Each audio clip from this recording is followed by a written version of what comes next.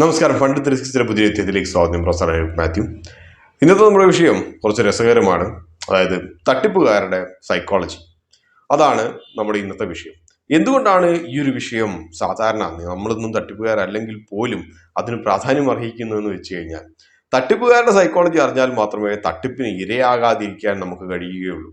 നമ്മൾ പലപ്പോഴും സ്കൂളിലും കോളേജിലും ഒക്കെ പഠിപ്പിക്കുന്ന അധ്യാപകരെ നമ്മൾ ഈ ബ്ലോക്ക് റിസോഴ്സ് സെന്ററിലോ അല്ലെങ്കിൽ UGCD ICTD ഒക്കെ പല ട്രെയിനിങ് പ്രോഗ്രാംസിൻ്റെ അകത്തൊക്കെ സ്റ്റുഡൻറ് സൈക്കോളജി എന്ന് പറഞ്ഞിട്ട് അഡോൾസെന്റ് സൈക്കോളജി എന്നൊക്കെ പറഞ്ഞിട്ട് പഠിപ്പിക്കും. കാരണം ഇവരുടെ ആ ഒരു പ്രായമൊക്കെ കഴിഞ്ഞു പോയി. പിന്നെ എന്തിനാണ് പഠിപ്പിക്കുന്നത്? കാരണം അവരുടെ ക്ലയന്റ് ഗ്രൂപ്പ് എന്ന് പറയുന്നത് കുട്ടികളാണ്. ആ ഒരു പ്രായത്തിലുള്ള കുട്ടികളുടെ സൈക്കോളജി അറിഞ്ഞെങ്കിൽ മാത്രമേ അവർക്ക് നല്ല രീതിയിൽ അവരുമായിട്ട് ഡീൽ ചെയ്യാൻ കഴിയൂ. അപ്പോൾ നമുക്ക് ഈ പറഞ്ഞ പോലെ തട്ടിപ്പുകാരുടെ സൈക്കോളജി അറിഞ്ഞെങ്കിൽ മാത്രമേ നമുക്ക് ആരാണ് തട്ടിപ്പുകാരനല്ല എന്ന് നമുക്ക് അറിഞ്ഞ് അവരുമായി രീതിയിൽ ഡീൽ ചെയ്യാൻ പറ്റുള്ളൂ. ഇല്ലെങ്കിൽ പ്രശ്നം ഒന്നുകിൽ നമ്മുടെ ഗ്രീഡിന്റെ മുകളിൽ, അത്യാഗ്രഹത്തിന്റെ മുകളിൽ ആരെന്ത് പറഞ്ഞാലും അതിൻ്റെ അകത്ത് എടുത്തു ചാടി അവസാനം ഉള്ള പൈസ കൂടി കളഞ്ഞിട്ട് വരും. FD ഇടുകയോ അല്ലെങ്കിൽ വീട്ടിൽ തന്നെ ഒരു ചാക്കിന് കെട്ടി കുഴിച്ചിടുകയോ ചെയ്താൽ പോലും അവിടെ ക്യാപിറ്റൽ അവിടെ ഇരിക്കും. ഇത് അതിന് പകരം കൊണ്ടിട്ട് തട്ടിപ്പുകാരൻ 12% തരാം, 18% തരാം, 25% തരാം എന്ന് പറയുമ്പോൾ കൊണ്ടുപോയി കൊടുക്കുന്നതോടുകൂടി നമ്മുടെ ക്യാപിറ്റൽ അങ്ങ് ഒലിച്ചു പോകും. അതാണ് സംഭവിക്കുക. അതാണ് ഗ്രീഡ് കൂടിയാലുള്ള പ്രശ്നം. അതേസമയം ഫിയർ കൂടിയാലുള്ള പ്രശ്നം എന്താണ്? അതായത് നമുക്ക് കിട്ടാവുന്ന ഓപ്പർച്യൂണിറ്റികൾ പോലും ഇല്ലാതായി പോകും. അപ്പൊ അതുകൊണ്ട് തട്ടിപ്പ് ഏതാണ്, തട്ടിപ്പല്ലാത്ത ഏതാണ് എന്ന് തിരിച്ചറിയാൻ വേണ്ടിയിട്ടുള്ള ഒരു അവബോധം നമുക്ക് ഉണ്ടാകേണ്ടത് ആവശ്യമാണ്. അപ്പോൾ ഈ തട്ടിപ്പുകൾ എന്ന് പറയുമ്പോൾ, സാമ്പത്തിക തട്ടിപ്പ് എന്ന് പറയുമ്പോൾ അതിനകത്ത് ഏതൊക്കെ വരുമെന്ന് ചോദിച്ചു കഴിഞ്ഞാൽ, നീരവ് മോദി മുതലുള്ളവർ അറിഞ്ഞുകൊണ്ട് വിൽഫുൾ ഡിഫോൾട്ടേഴ്സ് ആയിട്ട് ബാങ്കിൽ നിന്ന് കടമൊക്കെ എടുത്തിട്ട് നാട് വിട്ടു പോയതൊക്കെ വേണമെങ്കിൽ കണക്കാക്കാം. അതുപോലെ നീരവ് മോദിയുടെ കേസിൻ്റെ അകത്തൊക്കെ വിൽഫുൾ ഡിഫോൾട്ടർ ആണോ എന്നുള്ളതിനെ കുറിച്ചൊക്കെ ഉള്ളത് സബ്ജുഡൈസ് ആയിട്ട് നിൽക്കുകയാണ്. അത് വേറെ കാര്യം. അപ്പം അറിഞ്ഞുകൊണ്ട് പണം കടമെടുത്തിട്ട് നാട് വിട്ടു പോയി മുങ്ങിപ്പോകുന്നതും അതും സാമ്പത്തിക തട്ടിപ്പ് തന്നെയാണ്. അതേപോലെ തന്നെ നമ്മൾ സ്റ്റോക്ക് മാർക്കറ്റിൻ്റെ അകത്തൊക്കെ കാണുന്നത് ടിപ്പ് കൊടുക്കുന്നതും, ട്രേഡ് ചെയ്തിട്ട് നഷ്ടം വന്നവർ ട്രെയിനിങ്ങിലൂടെ കാശുണ്ടാക്കുന്നതും, ഞാൻ ലാഭകരമായിരുന്നു ട്രേഡ് ചെയ്യുന്നത്, ഞാനൊരു വലിയ ട്രേഡറാണെന്ന് പറഞ്ഞിട്ട് ട്രെയിനിങ് കൊടുത്തിട്ട് കാശുണ്ടാക്കുന്നതും, ടിപ്സ് കൊടുത്തിട്ട് കാശുണ്ടാക്കുന്നതും, പ്രത്യേകിച്ച് അംഗീകാരം അല്ലാത്ത റിസർച്ച് അനലിസ്റ്റുകളൊക്കെ. അതേപോലെ നിക്ഷേപങ്ങൾ വാങ്ങിച്ചിട്ട് വലിയ പലിശ വാഗ്ദാനം ചെയ്തിട്ട് കമ്പനി പൊളിഞ്ഞിട്ട് മുങ്ങുന്നതും എല്ലാം ഈ ഒരു കാറ്റഗറിയിൽ തന്നെ വരും. പിന്നെ സ്റ്റോക്ക് മാർക്കറ്റിനെ സംബന്ധിച്ച് പറയുകയാണെങ്കിൽ ഷെൽ കമ്പനികൾ ഉണ്ടാക്കി അതിൻ്റെ അകത്ത് നിക്ഷേപം നടത്തി ആ ഒരു കമ്പനികളിലൂടെ ട്രേഡിംഗ് നടത്തിയിട്ട് പമ്പ് ആൻഡ് ഡംപ് സ്കീം പോലെ വില കൂട്ടുകയും കുറയ്ക്കുകയും ഇൻസൈഡർ ട്രേഡിംഗ് ഒക്കെ നടത്തുന്നത്, അതെല്ലാം ഇതിൻ്റെ അകത്ത് തന്നെ പെടുന്ന കാര്യങ്ങളായിട്ടാണ് നമുക്ക് ഒരു ബ്രോഡർ കാറ്റഗറിയിൽ നമുക്ക് പറയാൻ കഴിയുക. അപ്പോൾ പ്രധാനമായിട്ടും ഇവർ ഈ ഒരു സാമ്പത്തിക തട്ടിപ്പിലേക്ക് ഇറങ്ങുന്നതിന്റെ കാരണങ്ങൾ എന്തൊക്കെയാണെന്ന് നോക്കാം. ഒന്നാമത്തെ പ്രധാന കാരണം വളരെ എളുപ്പമാണ്. എല്ലാ തട്ടിപ്പിലും ഉള്ള പോലെ തന്നെ ഇവിടെ പണം തട്ടിക്കുന്ന പോലത്തെ ഉള്ളതിന്റെ കാരണം തന്നെയാണ്. അതായത് ഒരു ഈസി മണി. അതായത് മേലനങ്ങാണ്ട് കഷ്ടപ്പെടാതെ പണിയെടുക്കാൻ, കാശുണ്ടാക്കാൻ വേണ്ടിയിട്ടുള്ള ഒരു വഴി. നമ്മൾ സാധാരണ പറയുന്ന പോലെ വേർപ്പിന്റെ അസുഖമുള്ളവർ ചെയ്യുന്ന ഒരു പ്രധാനപ്പെട്ട പണി. അതുകൊണ്ടാണ് ഒരു തട്ടിപ്പിന്റെ ഏറ്റവും പ്രധാനപ്പെട്ട കാരണം അതായി മാറുന്നത്. അതൊരു ചെറിയ കാരണമാണെന്ന് നിങ്ങൾ കരുതരുത്.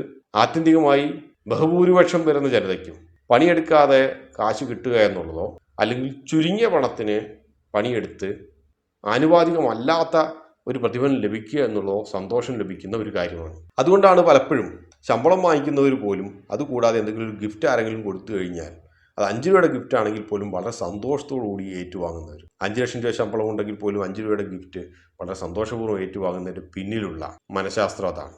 അധ്വാനത്തിന് ആനുപാതികമല്ലാത്ത ഒരു റിട്ടേൺസ് എപ്പോഴും സന്തോഷം നൽകുന്നു. എല്ലാവർക്കും എന്നല്ല, ബഹുഭൂരിപക്ഷത്തിന്. അത് മനുഷ്യന്റെ സൈക്കോളജിയാണ്. അതാണ് ഒന്നാമത്തെ കാരണം. രണ്ടാമത്തെ കാരണം എന്ന് വെച്ച് കഴിഞ്ഞാൽ, നമ്മളുടെ വരുമാനങ്ങളുമായിട്ടോ അല്ലെങ്കിൽ നമ്മളുടെ കഴിവിന് ആനുപാതികമായിട്ടുള്ള വരുമാനങ്ങളുമായിട്ടോ യോജിക്കാത്ത രീതിയിലുള്ള സ്വപ്നങ്ങൾ. ഡോക്ടർ അബ്ദുൽ കലാം പറഞ്ഞിട്ടുണ്ട്, നിങ്ങൾ സ്വപ്നം കാണുക, ആ സ്വപ്നങ്ങൾ നിങ്ങൾ സാക്ഷാത്കരിക്കാൻ വേണ്ടിയിട്ട് നിങ്ങൾ പണിയെടുക്കുക. പക്ഷേ വലിയ സ്വപ്നങ്ങൾ കണ്ട് സാക്ഷാത്കരിക്കാൻ വേണ്ടിയിട്ട് പണിയെടുക്കുക എന്ന് വെച്ച് കഴിഞ്ഞാൽ വലിയ പണിയൊക്കെ തന്നെ എടുക്കേണ്ടി വരും.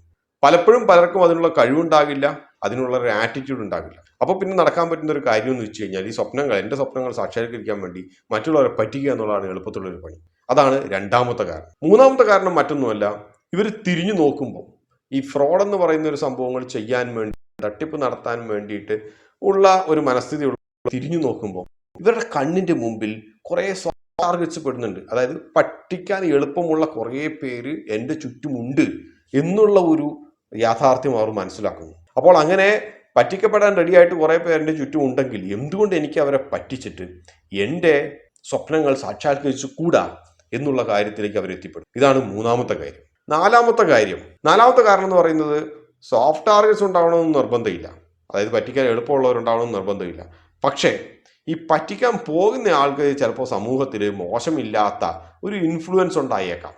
അപ്പോൾ അതുകൊണ്ട് അയാൾക്ക് തോന്നുന്നു എന്ത്, ഞാൻ പറയുന്ന കാര്യങ്ങൾ എല്ലാവരും മുഖവിലയ്ക്കെടുക്കും. അപ്പോൾ ഞാൻ എന്തെങ്കിലും പറഞ്ഞു കഴിഞ്ഞാൽ എനിക്ക് അതിലൂടെ കാശുണ്ടാക്കാൻ സാധിക്കും. ഇങ്ങനെ ചെയ്യുന്നവർ ചിലപ്പം മതപരമായിട്ട് ഇടപെടുന്നവരാകാം. കാരണം മതപരമായിട്ട് അവർക്ക് സൊസൈറ്റിയിൽ മോശമില്ലാത്തൊരു റെപ്യൂട്ടേഷൻ ഉണ്ടാകും.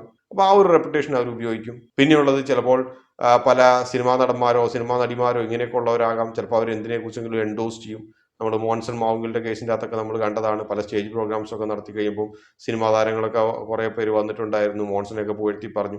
ചിലപ്പോൾ കുറച്ച് കഴിയുമ്പം പല സിനിമാ താരങ്ങൾ തന്നെ കുടുങ്ങും. നമ്മുടെ ഹിന്ദിയിലെ ചില താരങ്ങളൊക്കെ കുടുങ്ങിയതുപോലെ തന്നെ വാതുവെപ്പ് നടത്തുന്ന ആപ്പുകളൊക്കെ ഇറക്കി ആ ഒരു റെപ്യൂട്ടേഷൻ ഉണ്ടാക്കി. അങ്ങനെയുള്ളവരുണ്ട്. പിന്നെയുള്ളൊരു സോഷ്യൽ മീഡിയ ഇൻഫ്ലുവൻസേഴ്സ് ഉണ്ട് വളരെയധികം. കാരണം കുറേ തവണ ഈ സോഷ്യൽ മീഡിയ ഇൻഫ്ലുവൻസേഴ്സിന്റെ ചില വീഡിയോകളൊക്കെ കണ്ടുകൊണ്ടിരിക്കുമ്പോൾ ഇയാൾ നല്ലവനാന്ന് തോന്നും. ഉദാഹരണമായിട്ട് ഇപ്പോൾ നിങ്ങൾ എൻ്റെ വീഡിയോ കണ്ടുകൊണ്ട് കുറേ കാലമായിട്ട് ഇരിക്കുന്നുണ്ടെങ്കിൽ നിങ്ങൾക്ക് തോന്നും ചിലപ്പോൾ ഞാൻ നല്ലവനാന്ന്, ഞാൻ പറയുന്നില്ല ശരിയാന്ന് തോന്നും.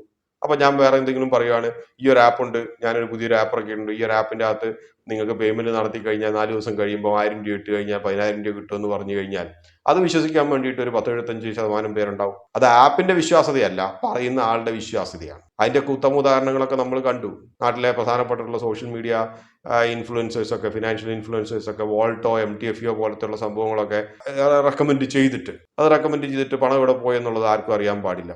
വാൾട്ടിന്റെ പിന്നിലുള്ള കഥകളൊക്കെ നമ്മൾ പറഞ്ഞിരുന്നായിരുന്നു. എവിടെ ചെന്നാലും ഒരു മലയാളി എല്ലാ തട്ടിപ്പിലും ഉണ്ടാവും എന്ന് പറയുന്ന പോലെ സിംഗപ്പൂരിൽ ഓപ്പറേറ്റ് ചെയ്യുന്ന Vauld cryptocurrency trading platform, അതിനകത്തും ഉണ്ടായിരുന്ന ഒരു മലയാളി. പ്രധാനപ്പെട്ട എല്ലാ സോഷ്യൽ മീഡിയ ഇൻഫ്ലുവൻസേഴ്സും ഏറ്റുപിടിച്ചു. അവസാനം പണം പോയത് സാധാരണക്കാരുടെ മാത്രമാണ്. മറ്റൊരു പോസിറ്റീവ് ആയിട്ടുള്ള ഒരു കാര്യം ഞാൻ ഇതിൻ്റെ അകത്ത് ഒബ്സർവ് ചെയ്യാൻ കണ്ടിട്ടുള്ളത്, പൊതുപ്രവർത്തകർ താരതമ്യേന ഇങ്ങനെയുള്ള കാര്യങ്ങളിൽ നിന്നൊക്കെ വിട്ടുനിൽക്കുന്നു എന്നുള്ളതാണ്. അവർക്ക് സൊസൈറ്റിയിൽ ഒരു ഇൻഫ്ലുവൻസ് ഉണ്ടെങ്കിൽ പോലും അവർ ഇത്തരത്തിലുള്ള താൽക്കാലികമായിട്ടുള്ള സാമ്പത്തിക ലാഭങ്ങൾക്ക് വേണ്ടിയിട്ട് അവരുടെ റെപ്യൂട്ടേഷൻ ബലി കഴിക്കാൻ തയ്യാറല്ല എന്നുള്ളത് നമ്മൾ പലപ്പോഴും ഒരു അൺബയസ്ഡ് ആയിട്ട്, നമ്മൾ പാർട്ടിയൊന്നും നമ്മൾ നോക്കേണ്ട ആവശ്യമില്ല, അൺബയസ്ഡ് ആയിട്ട് ഏത് പാർട്ടി എടുത്ത് നോക്കും അതിൻ്റെ അകത്ത് നമുക്ക് കാണാൻ കഴിയും.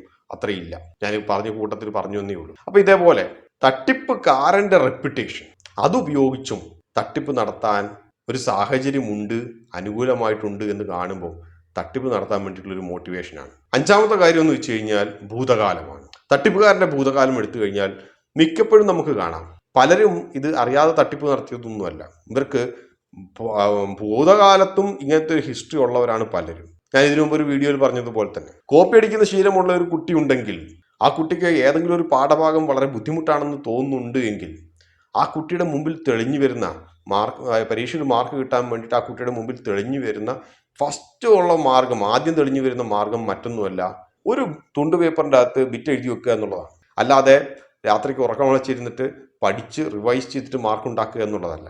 ഇതേ കാര്യം തന്നെയാണ് തട്ടിപ്പ് ഒരു തവണ നടത്തി അതിൽ നിന്നും ലാഭം നേടിയവർ ചെയ്യുന്ന ഒരു കാര്യം. ഒരു തവണ തട്ടിപ്പ് നടത്തിയിട്ട് അവർ അതുകൊണ്ട് നിർത്തില്ല. എളുപ്പത്തിൽ പണം ഉണ്ടാക്കാനുള്ള മാർഗം ഇതാണെന്ന് കണ്ടുപിടിക്കുന്നതോടുകൂടി അനുകൂലമായ സാഹചര്യങ്ങളിൽ അവരുടെ ഉള്ളിൽ കിടക്കുന്ന ഈ ഒരു തട്ടിപ്പ് എന്ന് പറയുന്ന ഒരു എലമെന്റ് പുറത്തു വരും. അപ്പൊ നിങ്ങൾ അക്കാര്യം കൂടി നിങ്ങൾ ശ്രദ്ധിച്ചോളുക. നിങ്ങൾ ആരെങ്കിലും ഏതെങ്കിലും ഒരു നിക്ഷേപ സാഹചര്യങ്ങളിലോ അല്ലെങ്കിൽ വേറെ ഏതെങ്കിലും കാര്യങ്ങളിലോ നിങ്ങൾ ഇന്ന സംഭവങ്ങളൊക്കെ ചെയ്താൽ നന്നാകുമെന്ന് പറയുന്നുണ്ടെങ്കിൽ നിങ്ങൾ അവരുടെയൊക്കെ ബാക്ക്ഗ്രൗണ്ട് ചകഞ്ഞു പോകുമ്പോൾ ഇദ്ദേഹത്തിന് ഇതിനു മുമ്പ് ഏതെങ്കിലും ഒരു തട്ടിപ്പ് പ്രസ്ഥാനങ്ങളുമായിട്ട് നേരിയ ബന്ധങ്ങൾ എന്തെങ്കിലും ഉണ്ടെങ്കിൽ, ആരോപണങ്ങളെങ്കിലും ആണെങ്കിൽ പോലും അത്തരത്തിലുള്ള പ്രസ്ഥാനങ്ങളിൽ നിന്ന് മാറി നിൽക്കുന്നതായിരിക്കും നിങ്ങളുടെ പണത്തിനും നിങ്ങൾക്കും സുരക്ഷിതമായിട്ടുള്ളത്. ഇതിനകത്ത് രസകരമായിട്ടുള്ള ഒരു കാര്യം നിങ്ങൾ ശ്രദ്ധിച്ചിട്ടുണ്ടാവും, ഈ തട്ടിപ്പുകാരൊക്കെ 3-4 തട്ടിപ്പുകാരൊക്കെ ഒന്നിച്ചു കൂടും. ഈ ഒന്നിച്ചു കൂടുന്നതിനകത്ത് നമുക്ക് ഏറ്റവും രസകരമായിട്ടുള്ളൊരു കാര്യം, ഇവർക്കൊന്നും തമ്മിൽ സത്യത്തിൽ കുറെ കാലങ്ങളായിട്ടുള്ള ബന്ധങ്ങളൊന്നും ഉണ്ടാകില്ല. ഇവരൊക്കെ അങ്ങനെ സാഹചര്യവശാൽ ഒന്നിച്ചു കൂടുന്നതാണ്. എന്തുകൊണ്ടാണ് ഇത് സാഹചര്യവശാൽ ഒന്നിച്ചു കൂടുന്നതെന്നുള്ളത് നമ്മൾ പലപ്പോഴും ആലോചിച്ച് കഴിയുമ്പോൾ വളരെ രസകരമായിട്ടുള്ളൊരു കാര്യമാണ്. അതിന്റെ കാരണം മറ്റൊന്നുമല്ല, വീണ്ടും അവരുടെ റെപ്യൂട്ടേഷനാണ്. ഒരു ഉദാഹരണം പറഞ്ഞു കഴിഞ്ഞാൽ നിങ്ങൾക്ക് മനസ്സിലാവും. ഉദാഹരണമായിട്ട് പറയുകയാണെങ്കിൽ, നിങ്ങൾക്ക് റിയൽ എസ്റ്റേറ്റിൽ നിക്ഷേപം നടത്താൻ ആഗ്രഹമുണ്ട് എന്ന് കരുതുക. അതേസമയം നിങ്ങളുടെ അച്ഛൻ വിശ്വസിക്കുന്നത് റിയൽ എസ്റ്റേറ്റ് എന്ന് പറയുന്നത് മൊത്തം തട്ടിപ്പാണ്, മിക്കവാറും നഷ്ടപ്പെടാനുള്ള സാധ്യതയാണ് കൂടുതൽ എന്ന് പറഞ്ഞു കഴിഞ്ഞാൽ, നിങ്ങൾ ഒരു പാർട്ട്ണർഷിപ്പിൽ നിങ്ങൾ റിയൽ എസ്റ്റേറ്റ് ചെയ്യണമെന്ന് ആഗ്രഹമുണ്ടെങ്കിൽ നിങ്ങൾ സ്വന്തം അച്ഛൻ്റെ അടുത്ത് പോലും ഈ ഒരു പ്രപ്പോസലുമായിട്ട് ചെല്ലില്ല. അതിനു പകരം നിങ്ങൾ ചിലപ്പം ഒരു ട്രെയിനിലോ ഫ്ലൈറ്റിലോ യാത്ര ചെയ്യുമ്പോൾ റിയൽ എസ്റ്റേറ്റ് കച്ചവടം ഇതുപോലെ നടത്തുന്ന ആരെങ്കിലും ഉണ്ടെങ്കിൽ, നിങ്ങൾക്ക് ഇതിനു മുമ്പ് ഒരു പരിചയമില്ലെങ്കിൽ പോലും നിങ്ങൾ അവരുമായിട്ടൊരു കൂട്ടുകെട്ട് ഉണ്ടാക്കിയിട്ട് അവരുമായിട്ട് പാർട്ട്ണർഷിപ്പിൽ ബിസിനസ് നടത്തും. ഇതേ കാര്യം തന്നെയാണ് തട്ടിപ്പുകാരുടെ ഇടയിലുള്ളത്. കാരണം തട്ടിപ്പുകാർ തട്ടിപ്പ് പ്രസ്ഥാനങ്ങളുമായിട്ട്, ഇങ്ങനത്തെ തട്ടിപ്പ് കമ്പനികളായിട്ട് ഇറങ്ങുമ്പോൾ അവർക്ക് പാർട്ട്നേഴ്സിനെ വേണമെങ്കിൽ ഒന്നിച്ചു കൂടണമെങ്കിൽ അവർക്ക് മറ്റുള്ളവരോട് ചെന്നിട്ട് നമുക്ക് തട്ടിപ്പ് നടത്താമെന്ന് പറയാനുള്ള ധൈര്യം വരില്ല. കാരണം ആ കേൾക്കുന്ന ആൾ ഏത് തരത്തിലാണ് എടുക്കുന്നത്, അയാൾ അല്ലെങ്കിൽ ഇയാളെ തന്നെ കുരുക്കോ എന്നൊക്കെയുള്ള ഒരു പേടിയുണ്ടാവും. അപ്പം അതിന് പകരം എന്താണ്, പാസ്റ്റ് ഹിസ്റ്ററി, തട്ടിപ്പിന്റെ പാസ്റ്റ് ഹിസ്റ്ററി ഉള്ളവർ, പേപ്പറിൻ്റെ അകത്തൊക്കെ കണ്ടവർ, അങ്ങനെ പ്രസിദ്ധരായ പലരെയും അവരെ തേടി വേണമെങ്കിൽ കശ്മീരിൽ ആള് കന്യാകുമാരി വരെ ചെന്ന് കാണും.